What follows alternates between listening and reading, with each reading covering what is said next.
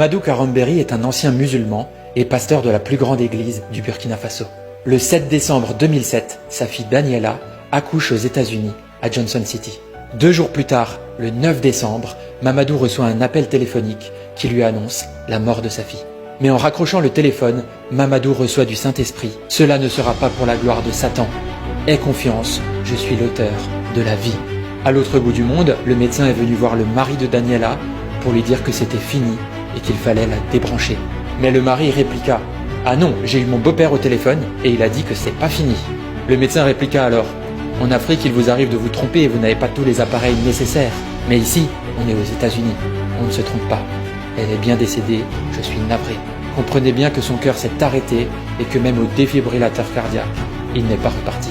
Il répliqua à nouveau « Non, mon beau-père a dit que Dieu a dit qu'elle ressusciterait. » 2 jours passèrent et le médecin revint pour voir le mari et lui dire qu'il était vraiment temps de la débrancher, car même si un miracle arrivait, avec 2 jours de mort cérébrale, elle se réveillerait en légumes.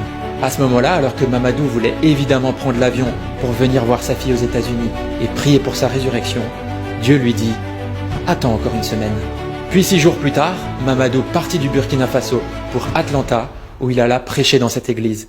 Les chrétiens le reçurent et lui dirent « Mais tu es fou, va voir ta fille à Johnson City pour prier pour elle, n'attends pas. » Mamadou leur répondit « Que j'aille vite ou pas, ça ne changera rien.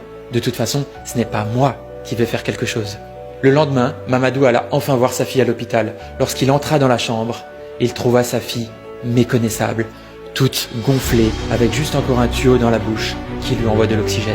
À ce moment-là, Satan parla à son cœur et lui dit « T'es vraiment un père insensé. Tu crois que là, elle va vraiment revenir à la vie ?»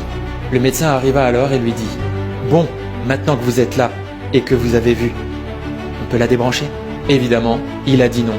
Et pendant encore presque 2 semaines, tous les jours, il marcha dans la chambre en priant pour la résurrection de sa fille. Évidemment, il y avait beaucoup de bruit de couloir, les infirmiers et les médecins chuchotaient.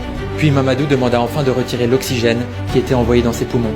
De toute façon, tous les autres appareils étaient éteints, il n'y avait plus de traces de vie. C'est alors qu'au bout d'à peine 5 à 10 minutes, une respiration commença. Il eut très rapidement une réunion de médecins qui ont conclu que de toute façon, son cerveau était éteint depuis trop longtemps pour qu'elle puisse ne serait-ce que parler ou marcher. Mais Dieu est grand et il avait fait une promesse à Mamadou. Sa fille est revenue à la vie, complètement saine. Les journaux en ont parlé. Des médecins sont venus de tout le pays, certains sont venus en hélicoptère. Un document scientifique de plus de 500 pages a été écrit à ce propos, qui conclut qu'il n'avait jamais vu cela. Mais Dieu reste le même hier, aujourd'hui et éternellement.